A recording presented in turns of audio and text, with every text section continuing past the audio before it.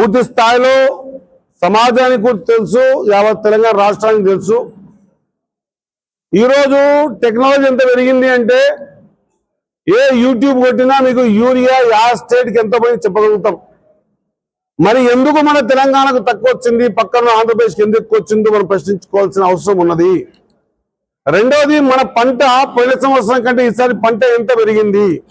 ఒకవేళ నిజంగా కూడా సెంట్రల్ గవర్నమెంట్ ఒకవేళ యూరియా ఇస్తే ఏదైనా స్టేట్ గవర్నమెంట్ దాని మీద దాపెట్టిందా, అదేమైనా చక్కెరన దాపెట్టుకుని బుక్కడానికి అర్థం ఉండి మాట్లాడాలి.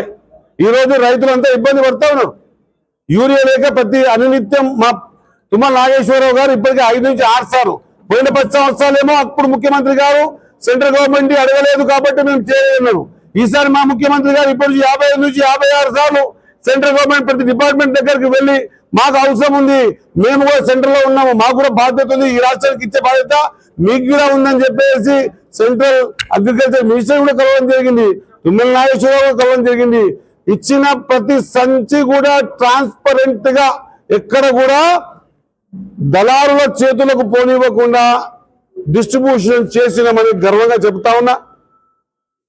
యూరియా ఇవ్వలేక ఏమైనా మాట్లాడితే ఆడనింకా రాకపోతే అంగళం బాగా మా మోటు సామెత మా మత్తల్లికి మాట్లాడతారు, మరి గీరేమంటారు నాకైతే తెలియదు. కానీ ఆడనీకి రాకుంటే ఆడుతుంది కానీ కింద అంగళం బాగా అన్నాడంటే ఎవడో. అట్టా నువ్వు యూరియా ఇస్తే పంచకుంటే చర్యలు తీసుకో. సెంట్రల్ మీరు అధికారులు ఉన్నారు కదా, అలా తప్పు జరిగింది చర్యలు తీసుకోండి. యూరియా ఎంత అవసరమో ప్రతి డే, ఈ రోజు కూడా నా ఫోన్లో ఏమి చూపిస్తా, ఈ రోజు నా ఫోన్లో ప్రతి నియోజకవర్గానికి ఏ యూరియా ఎవరెవరి దగ్గర ఉందనేటువంటి లిస్టు స్టేట్ గవర్నమెంట్ మొత్తం ఒక ఏర్పాటు చేసి అందరికీ పంపిస్తా ఉంది. మనం రైతుల పక్షాన ఉండాల్సిన అవసరం ఉంది, రైతుల గురించి ఆలోచన చేయాల్సిన అవసరం ఉంది. ఆలోచన చేసినాం కాబట్టి పెటెంట్ కాంగ్రెస్ పార్టీ మాత్రమే ఇవ్వగలిగింది ఉచిత కరెంటు, కాంగ్రెస్ పార్టీ మాత్రమే పండించమని చెప్పగలిగింది, కాంగ్రెస్ పార్టీ మాత్రమే వరేసుకుంటే మీరు ఉరేసుకున్నట్లు అని చెప్పే కాంగ్రెస్ పార్టీ వరి పండించండి, మేమున్నాం మీ వెనుక, గిట్టుబాటు ధర ఇస్తాం, దాంతో పాటు 500 బోనస్ ఇస్తామని బోనం కూడా దగ్గరగా ఇచ్చే చరిత్ర కాంగ్రెస్ కే ఉంది. రైతుల పక్షపాతి అనిపించుకునే పార్టీ ఏదైనా ఉందంటే అది కాంగ్రెస్ పార్టీ.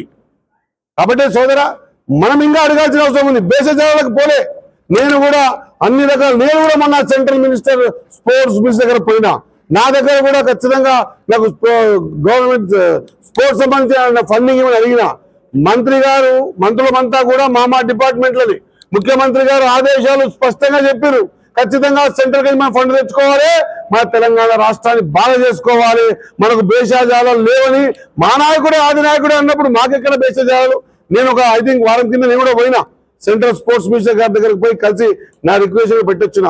ప్రతి నియోజకవర్గం హెడ్ క్వార్టర్ లో మినీ స్టేడియం ఇద్దామన్నా ఖచ్చితంగా మాకు సహకారం చేయండి అని చెప్పిన. State and central government partnership లో కూడా ఏమైనా ఉంటే కూడా మేము సిద్ధంగా ఉన్నామని చెప్పిన. కాబట్టి ఈ మాట నేను స్పష్టంగా చెప్తా ఉన్నా, వరి ఎక్క పడుతా ఉంది. వరి రిక్వైర్మెంట్ సంబంధించినటువంటి ఎన్ని ఇన్ఫర్మేషన్ సెంటర్కి ఇచ్చినా కూడా సరిపడ రాలేదు. ఇంకా ఇతరత్ర కారణాలు ఏముండొచ్చు కానీ ఎక్కడ కూడా మిస్యూజ్ కాలేదు. ఇది నా మాట. దాని ఒకవేళ అయ్యి ఉంటే సెంట్రల్ లో గవర్నమెంట్లు ఉన్నారు కాబట్టి చర్య తీసుకోవడానికి సిద్ధంగా ఉన్నాం. రెండో మాట మీరు అడిగారు, రిజర్వేషన్ 42%. చాలా మంచి ప్రశ్న సోదరా. ఈరోజు బీసీలకు సంబంధించినటువంటి కులగణన చేసిన తర్వాత ప్రతి బీసీ బిడ్డ కూడా ఎంపెరికల్ డాటా ప్రకారంగా మేము ఇంత ఉన్నామా అని ఈరోజు ముక్కున ఏలు వేసుకునే పరిస్థితి.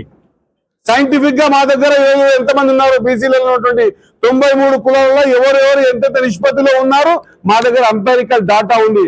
ఆ డాటా బేస్ చేసుకునే ఈ రోజు ఏ రాష్ట్రమైనా, నాట్ ఓన్లీ తెలంగాణ, ఏ రాష్ట్రమైనా వాళ్ళ రాష్ట్రంలో బీసీలకు కానీ ఇంకా ఇతర రిజర్వేషన్స్ పెంచాలంటే ఎంపెరికల్ డాటా ద్వారా ఆ డాటాను సెంట్రల్ పంపించాల్సిందే. సెంట్రల్ లో బీజేపీ ఉంది కాబట్టి బీజేపీ ఇవ్వాల్సిందే. ఆనాడు తమిళనాడుకు ఆ రోజు సెంట్రల్ లో కాంగ్రెస్ ఉండే, కాంగ్రెస్ ఇచ్చింది. ఆ రోజు కూడా ఎంపెరికల్ డాటా లేకుండా ఇయ్యలే, ఎంపెరికల్ డాటా తీసుకునే ఇచ్చింది. అదే ఎంపెరికల్ డాటా సైంటిఫిక్ గా ఈరోజు తెలంగాణలో బీసీలో ఎంతమంది ఉన్నా మాకు రిజర్వేషన్ ఇవ్వని చెప్పినాం. మేము కట్టుబడి ఉన్నాం. 42% రిజర్వేషన్ తోనే లోకల్ బాడీస్ కి పోద్దామని కట్టుబడి ఉన్నాం. దానికి సంబంధించి సెంట్రల్ గవర్నమెంట్ మీద అన్ని రకాలుగా ప్రెషర్స్ పెడతా ఉన్నాం. ఆడ ధర్నాలు చేసినాం, అక్కడ పోయి కూర్చున్నాం, రిక్వెస్ట్ చేసినాం, సమయాన్ని అడిగినాం, ప్రైమ్ మినిస్టర్ గారి సమయం అడిగినాం, అదే మన హోమ్ మినిస్టర్ సమయం అడిగినాం, ధర్నా పెట్టినాం, ఒక దినమంతా కూర్చున్నాం. ఇంకా ఇతరత్ర. కాంగ్రెస్ పార్టీని శంకించాల్సిన అవసరం లేదు. కాంగ్రెస్ పార్టీలో ఉన్నటువంటి ఎవరు కూడా ఎరికిపోయే అవసరం లేదు. మేము ఢిల్లీలో వేదిక మీద అన్ని పార్టీలను పిలిచినాం, ఇంక్లూడింగ్ తెలంగాణ రాష్ట్రంలో ఉన్నటువంటి MIM, BJP, TRS and Congress అందరం పిలిచినాం. ఎంత పెద్ద ఎత్తున చేసినామంటే ఆ వేదిక బీసీలకు 47% రిజర్వేషన్ ఇవ్వండి అని చెప్పే వేదిక మీద ఎస్సీలు కూర్చున్నారు, ఎస్టీలు కూర్చున్నారు, రెడ్లు కూర్చున్నారు, ఓసీలు కూర్చున్నారు, బీసీలు కూర్చున్నారు. అంటే ఇది పార్టీ నిర్ణయం, మా ఆది నాయకుడి నిర్ణయం. మా ఆది నాయకుడు ఏమన్నాడు, రాహుల్ గాంధీ గారు 42% రిజర్వేషన్స్ ఇస్తామని మాట ఇచ్చిన, ఏ గడ్డ మీద ఇచ్చినామో అదే గడ్డ మీద ఆ రిజర్వేషన్ ప్రక్రియని ఇంకా బలోపేతం చేసి తీసుకునే తందుకే ఈ సభలో కూడా ఒక అంతర్భాగం అని తెలియజేస్తూ ముగిస్తా ఉన్నా. ధన్యవాదాలు. Thank you.